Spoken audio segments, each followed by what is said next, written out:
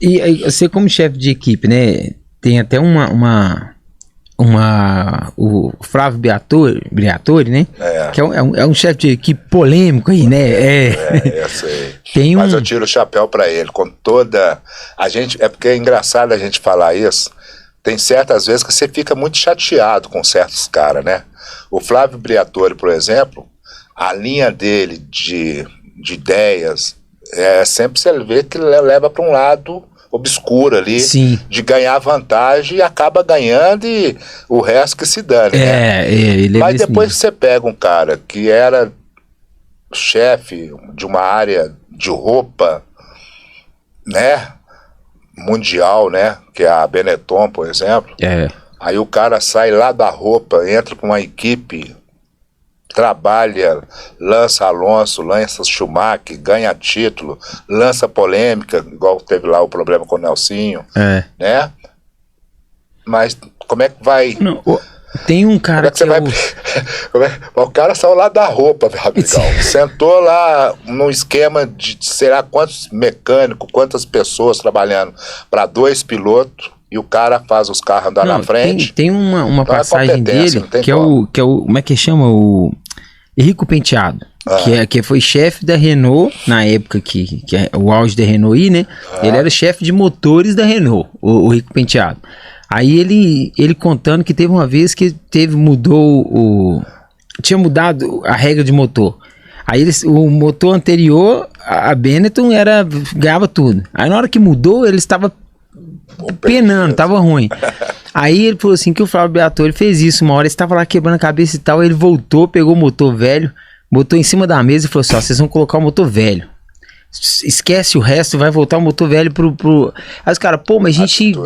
ralou, a gente pensou um tantão de coisa aqui para poder fazer esse motor funcionar, nós vamos voltar pro velho, tudo que a gente pensou, perdeu.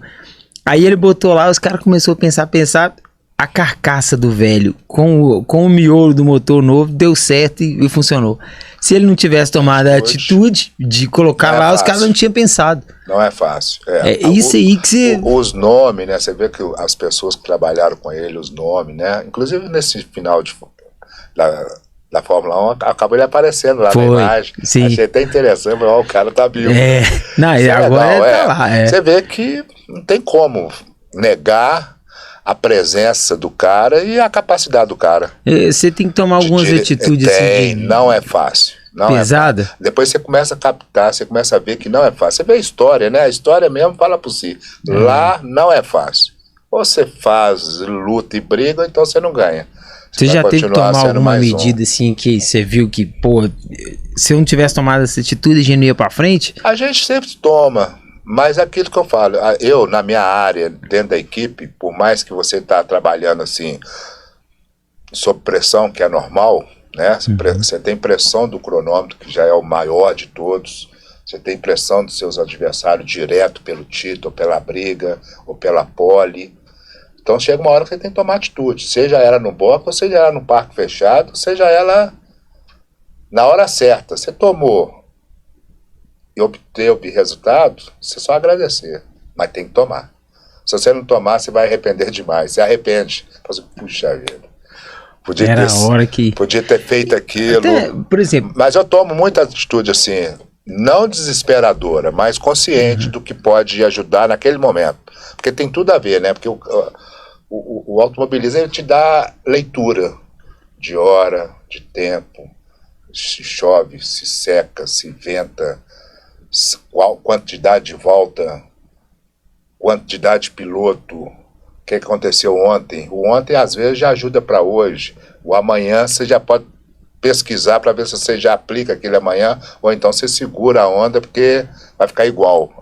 Essa é a ideia, não tem como fugir disso. Não, até a gente leitura. Fazendo isso, essa leitura, por exemplo, na Fórmula 1, você vai fazer uma leitura de... você vê, por exemplo, a corrida de uma McLaren, de uma Red Bull é uma. A corrida de uma Sauber, de uma Aston Martin é outra. Né?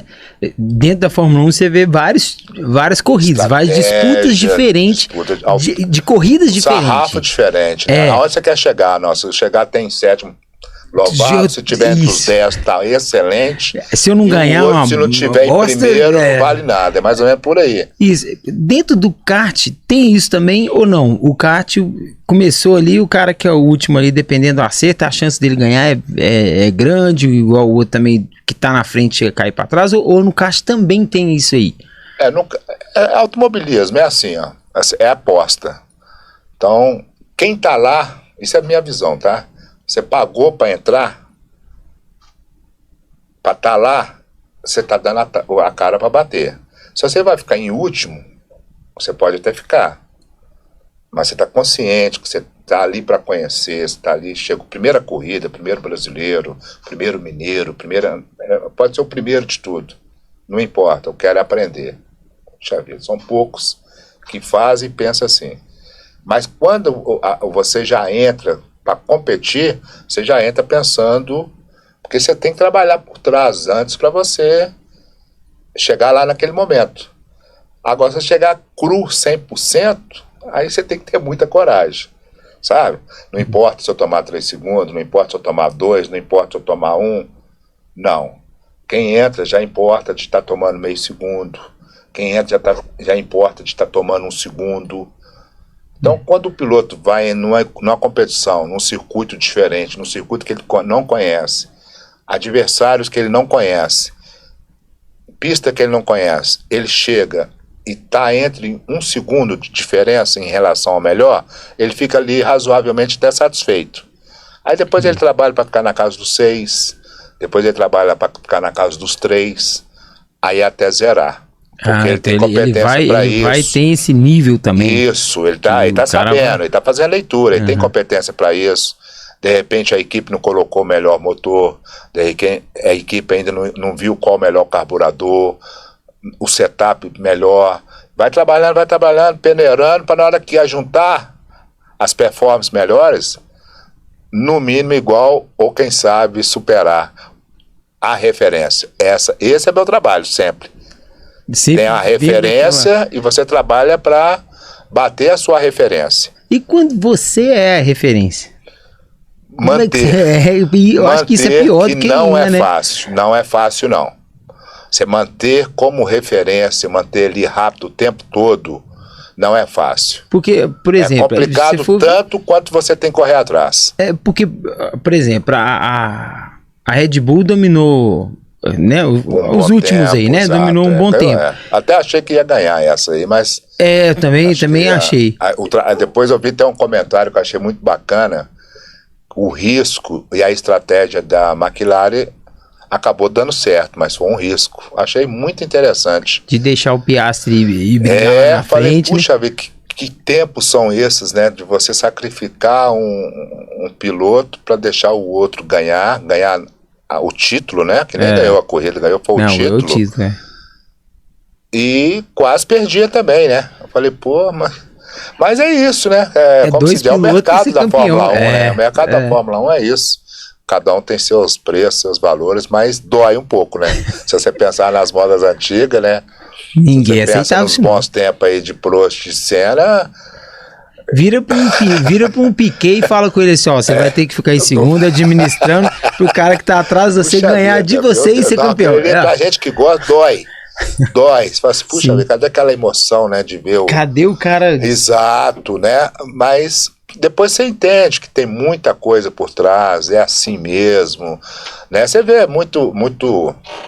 Quando você vê uma entrevista aí de hoje de um Botoleto, né, do próprio Drogovic, que tá na alta hoje, aí você pega o próprio meu querido, que eu gosto muito, Barrichello, né, que fala sempre de Fórmula 1, tá numa atividade maravilhosa até hoje. Me dá uma raiva na hora que alguém fala mal do Barrichello. Mas é porque não conhece. Se o cara que fala mal por mídia, de falar pé de chinelo, falar isso, aquilo. Na hora que ele vê o Barrichello andando de kart, velho, de preferência Interlagos, que é a casa dele. Coisa. Não, vou falar de kart ali, não vou falar shifter não, porque o shifter é muito bacana demais. Mas vamos falar do normal, que tem que pôr a mão no carburador, dar uma carburada, guiar com a mão, aí o cara assim, realmente. Não, ele foi campeão de tudo que ele passou, menos a Fórmula 1. E foi vice 2 vezes ainda. simples assim, É. né? Não precisa falar mais nada. Mas nem todos não conseguem ver ou enxergar, O né? cara tá com 53 anos, 54 anos, campeão agora da NASCAR Brasil. Ué. Não, e a simpatia é o seguinte, tá nativa, corre lá ué. fora, incentiva os filhos a correr, participa junto, faz trabalho, né, de informação. Você já teve com ele em alguma corrida de Sempre kart? quando eu tenho oportunidade, tem corrida, igual esse brasileiro, por exemplo, ele não marcou presença porque ele devia estar fora. Mas sempre ele está presente, né? Ele vai também? Vai, participa, treina. É um cara nativo, isso que é bacana. E é exemplo, mas para quem gosta de automobilismo, é exemplo. Sim. Né? Essa